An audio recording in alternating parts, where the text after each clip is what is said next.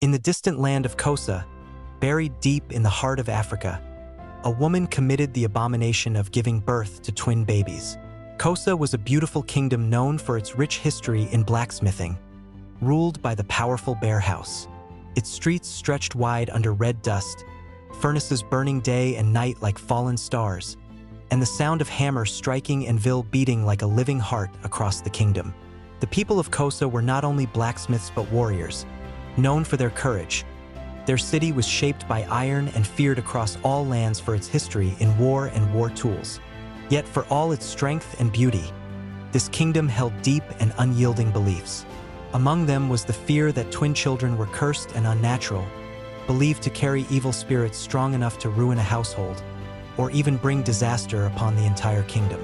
As this story was passed down through the years, the woman's name was not remembered, for she was counted among many women punished with the birth of twins. But the name of her surviving child was kept alive, for he was no ordinary child, and his strangeness set him apart even in memory. Khepra and his twin were born at the homestead that serviced the palace of the ruling bear house to a poor servant and his wife.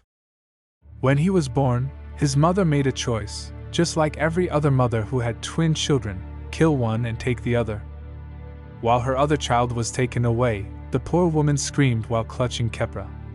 "O gods of the wind and the fire that forges the strength of Kosa, give him the strength of 2 children, for he is one left out of 2. Khepra, however, grew up a sickly and weak child, despite his mother's desperate prayers. He was unable to do the simple tasks that others could do in the neighborhood.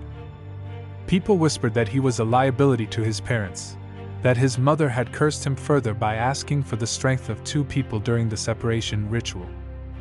For in a land where male children were trained in war and tested for their strength in making weapons, Khepra spent his childhood watching the fire burning from the furnace, unable to move, always at the feet of his mother. When he reached the age of 13, the city began to notice that his eyes shined with a different light. They say he looked more alive. He moved around a little more than he normally does, and was often caught watching others while they trained. Children in his age grade would whisper and point at him, calling him a weakling, asking him to return to his mother's feet and listen to bedtime stories. The other servants who worked with his parents suddenly noticed he could forge weapons. They say he was caught one day holding a hammer and finishing tasks for his father at the armor house. He was suddenly handling tasks in a way that felt like magic. And although he has never been trained in war or fighting skills, he suddenly knew better than most who had trained from the day they could talk. Several incidents were registered of him beating up bullies who were hurting innocent people and freeing animals who were caught in harmful situations. Some people said he worked with the speed of lightning.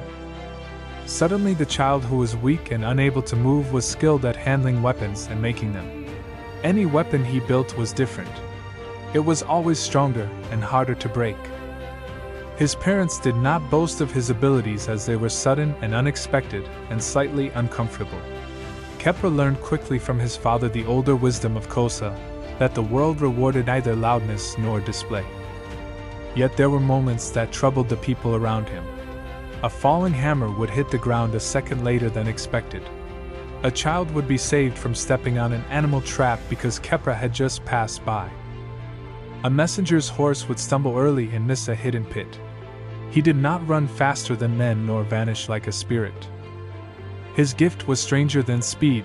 When he moved, the moment itself seemed to hesitate, and that small pause allowed him to act first while others were still catching up. He could foresee the future way before it happened, usually in a heartbeat, and he could prevent disaster before it unfolds. He learned to hide it because in Kosa what people did not understand was often feared. When Khepra became 16 years old, a period of unrest began troubling the people of Kosa as the wanderers from the southern plains raided a smaller part of the city, killing a few people in the process. The Bear King quickly ordered that every bodied smith be taken to the city walls to protect it, but Khepra was left behind as he had never gathered any real-life experience in war. One day, he happened to be on the outer part of the palace testing a blade that he had forged when arrows flew. The raiders had attacked again, taking the protectors by surprise. Time slipped just enough for him to move first. A spear was shot straight towards him and time froze. He caught it just in time before he caught another mid-charge, snapped it with his hammer, and used the attacker's own momentum to throw him down. He bled, stumbled, and fought through smoke and broken wood, taking the attacker by surprise. They didn't know what hit them, but before they could fight, they were disarmed. Khepra pulled a trapped boy from a collapsing wall before the enemy fled. By the time Kosa's full force assembled, the attack was already broken and Khepra stood in their midst undefeated. The army looked at him in confusion as the whole situation had just happened in less than 3 minutes. That night, the Bear King summoned Khepra, gave him a copper token, and declared him a worthy soldier. It was indeed a confusing situation, for a child born a weakling was suddenly strong, fast, and skilled. As he fought more battles, and brought more victories locally to the kingdom of Kosa, people began to whisper a new name, Guardian, never knowing how easily such names could later become a burden. Soon, praises became expectation faster than Khepra understood. He was suddenly being trained and forced to harness his strength unduly. The Bear King stopped at nothing. To him, Khepra was a weapon and a tool. Khepra soon became a protector and a defender of the people of Kosa. Every threat was brought to him. Every danger became his responsibility. When border disputes happened, Khepra was sent ahead to disrupt enemy movements before battles began. When quarrels arose among the people over harsh labor demands, the Bear King ordered Khepra to resolve it quickly. Khepra acted without violence, resolving issues through his presence alone, but the weight of his role changed him, for he was just a child. The next months were a test of how a city showed gratitude through demand. Another band, this time a group of iron-hungry troops from a rival city that called itself Emini, made their way into Kosa, seeking for the city's secret. When spies reported their movement towards Kosa, the Bear King did not send an army. He sent Khepra. Under cover of midnight, Khepra slipped between into the enemy tent. He worked like a thief who also knew how to use iron, cutting ropes that held their tents together, and taking their most powerful weapons away. When morning came, fear slipped into the enemy tent as they realized they had been ambushed. The invaders lost time and left their tents stuck and useless. Khepra returned unseen, covered in ash and sweat. The Bear King smiled. The city's mouths repeated Khepra's name like a charm. But the city of Kosa was not only held together by strength and blacksmithing. It was a living web of grudges and jealousies. Fear crept along with the praises slowly. People began to whisper on how strange he was. Elders said the Iron ancestors did not like sudden miracles such as Khepra.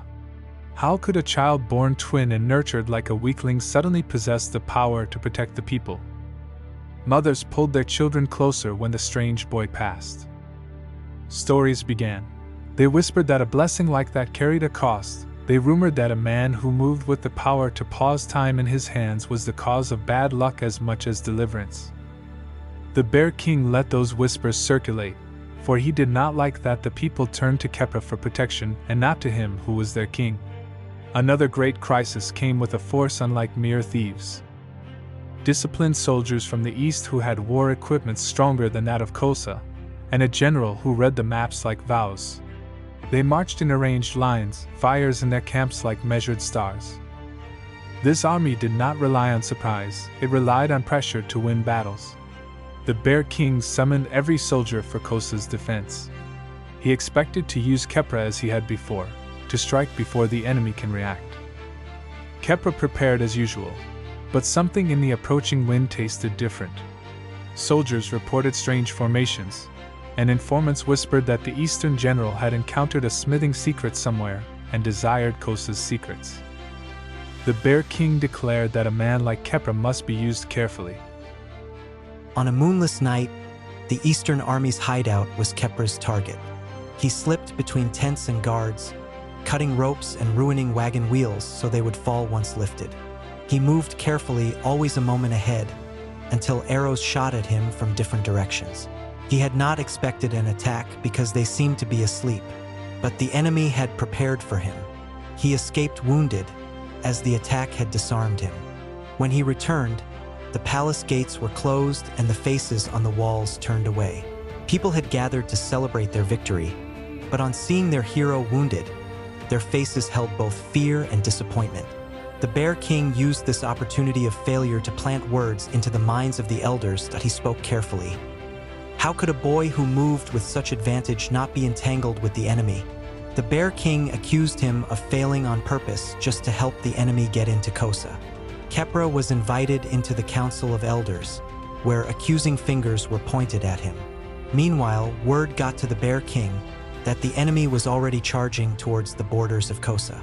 In panic, knowing that Khepra was useless to them as he was wounded, they found him guilty of treason and he was pushed outside by the guards.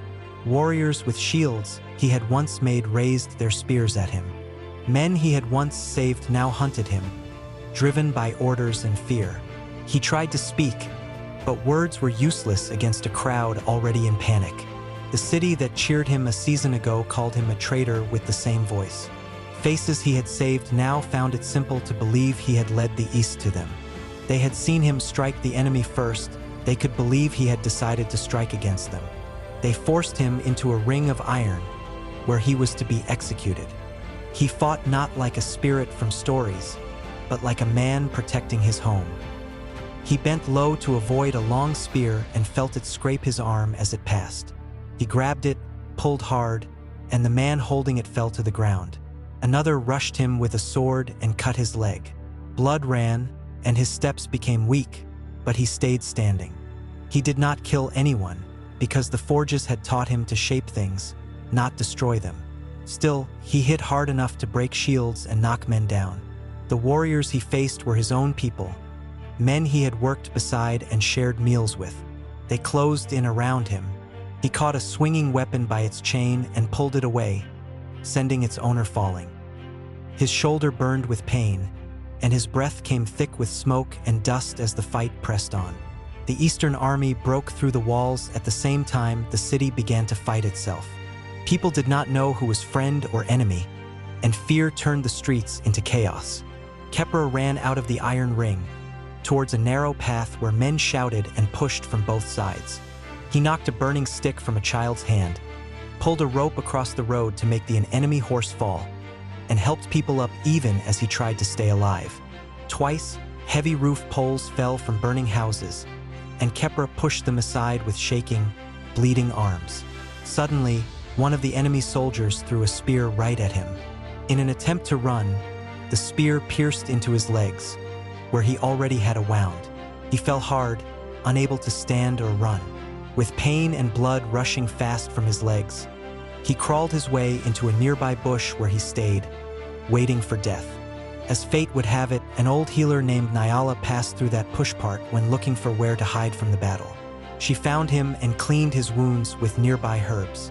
When he tried to talk, Nyala shook her head and said in a quiet voice that some gifts bring pain when shown too openly. Khepra wanted to say he was sorry, but she only told him to rest and listen to his body. By nightfall, the enemy was pushed back. The people of Kosa fought in small groups, and many chose to stand together at last. In the central square, the Bear King met his end. He stood afar, shouting orders that no one followed in the midst of the battle. A spear thrown from the crowd struck his chest, and he fell. No one knew if the enemy had thrown the spear or not.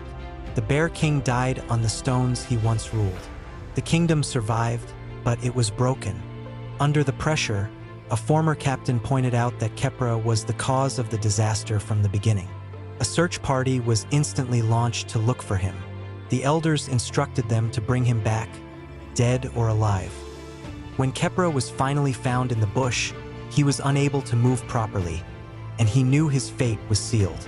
The search party dragged him out and brought him to the Council of Elders. At that time, Nyala showed up and asked to speak with the elders.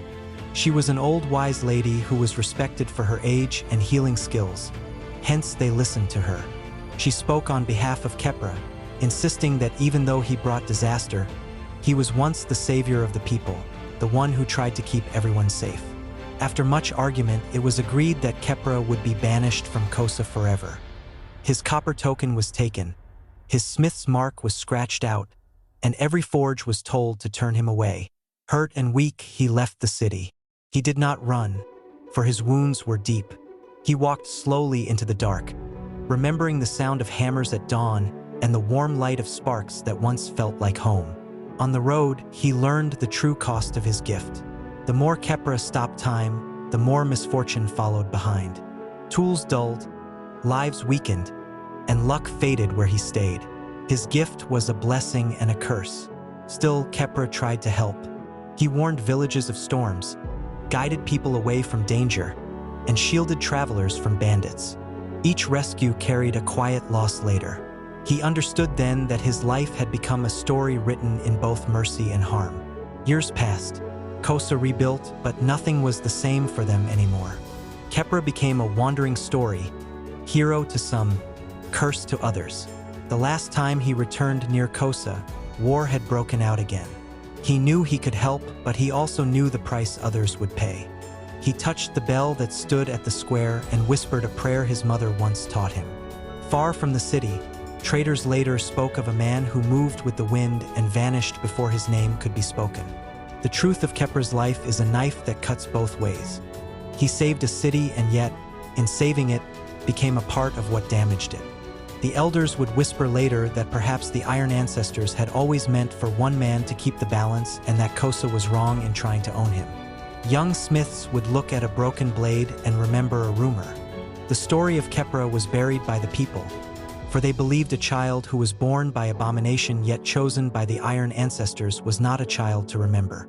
However, years later, even after the death of Khepra, people would insist that they hear an inner voice warning them with urgency when there was an impending danger.